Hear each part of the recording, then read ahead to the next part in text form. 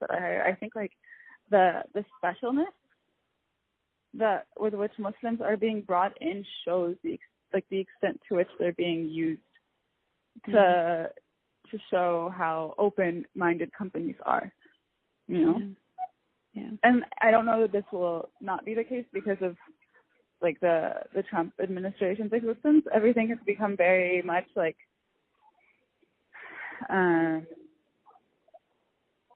everything is tokenized. Yeah. So I don't think that the individuals that are being hired, for example, are necessarily wanting to be tokenized, but it's going to happen. And there's no way around it in the current scheme. So, but I also don't know, because there's usually, like I said before, some kind of celebration that happens when a new group is being included, and then over time it's normalized. But because of like the dichotomy of Islam versus West, it's always existed, and that it's almost like existential to the existence of American politics. And like the way that we, like Americans see themselves, like the war on terror is that, you know? So I don't, but there's something like deep in the psyche that needs to be undone for Muslims to become accepted as human beings.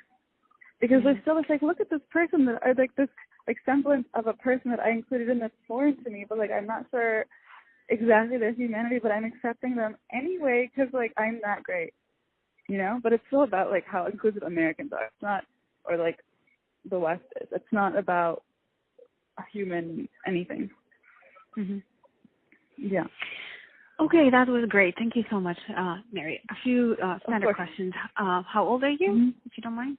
I am 23 and 2024 in December. Okay. How do you want to be quoted as? Like my name, Mary. Like, forget about your name. Like what you want to put, like your position, education status. What do you want to like? Mary, who is this and that? Currently an intern at UNRWA. At what?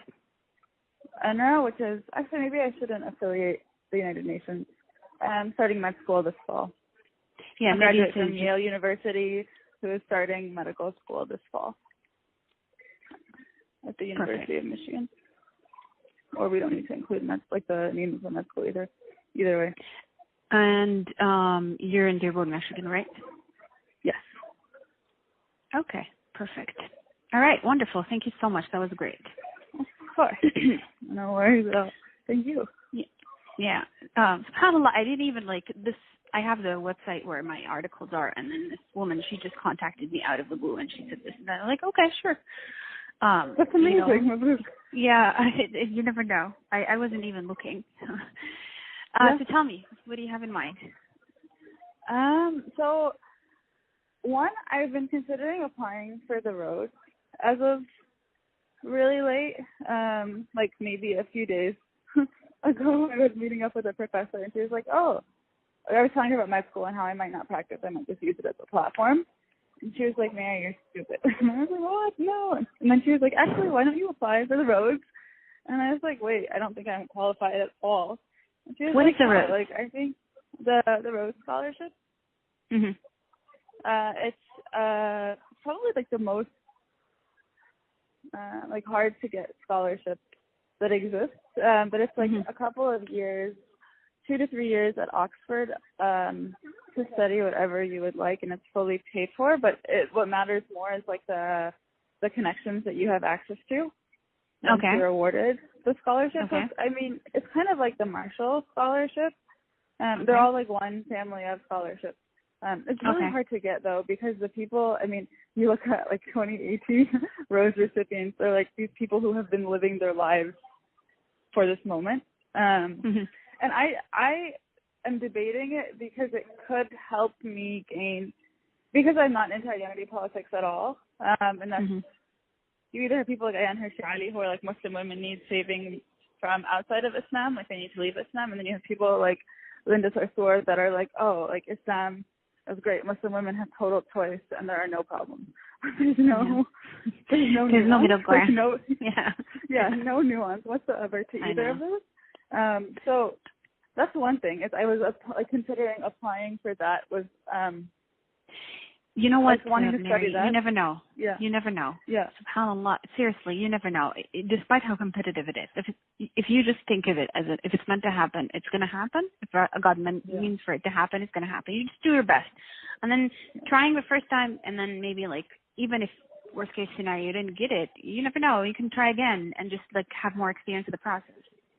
So this is the last year I can get it because I turned 24, which is why it's crazy that my professor recommended it to me now because I turned 24. Yeah, SubhanAllah. I turned 24 in December, and you have to be under 24 by the time the application is due.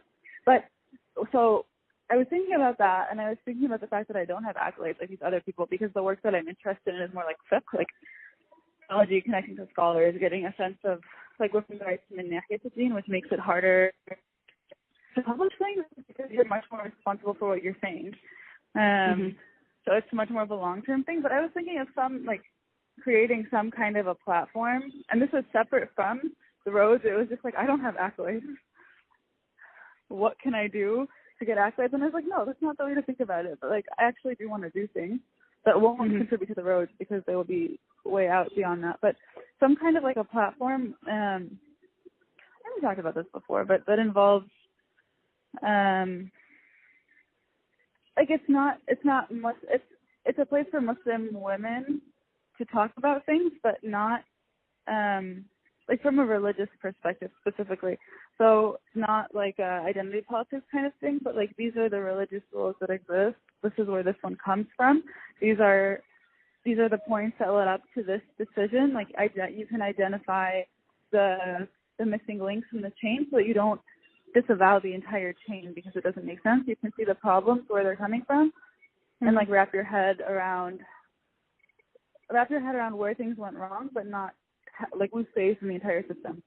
And then also a place where people could maybe submit questions, so have religious scholars involved in answering them, and then also like raising or offering their own experiences with these things. Like it's one thing to talk about domestic violence; it's a different thing to like as an abstract thing. It's a different thing to say like this is actually what I've suffered.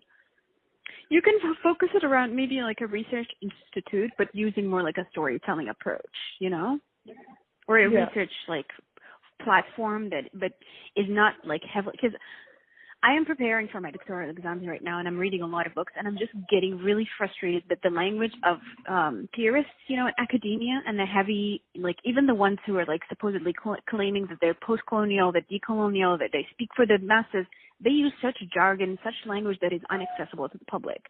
And I was absolutely. I wish we could just do something that is more accessible, that tackles really like complex issues, like whether related to religion or even like politics. It's not identity politics, but like just right now today I was reading this chapter in the book of that talks about Rabi al-Adawi. I don't know if you're familiar with her. And there is she's supposedly a Sufi saint that existed like 100 years after the Prophet died, and she was born in Basra, and she has a legacy that like of being like, she was coined like the mother of divine love because of her worshiping and her poetry, like in relation to God's love and whatnot, and purifying her soul and herself. And there's an excerpt in the book that talks about how pre-Islam and early Islam, there is a kind of a matriarchal society where actually the man would go to his wife in her tent.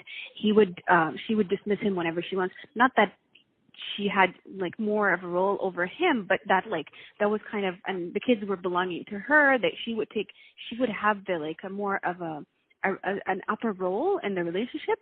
And I was like, this is amazing. Like, this is the stuff I want to learn about, you know, like, and would love to even explore further than just like, I'm sick and tired of Western gender equality rhetoric, you know, because it doesn't resonate with my belief system, my worldviews, you know. And bringing all these like unheard voices, like there's a vast wealth of knowledge by a lot of Muslim scholars who delve into, like, they don't have anything to do with feminism. They actually look into the old literature, and they, you know, debate with the theologians about how this means that, and Tawhidi concepts and all of that. I mean, this is what really intrigues me. So maybe this is something that you could work on. Yeah, no, absolutely. Like it's not just religion that I'm interested in. It's It's exactly that, right? Like all these conversations are either super academic in a language that isn't understandable and is meant to Yeah. contort,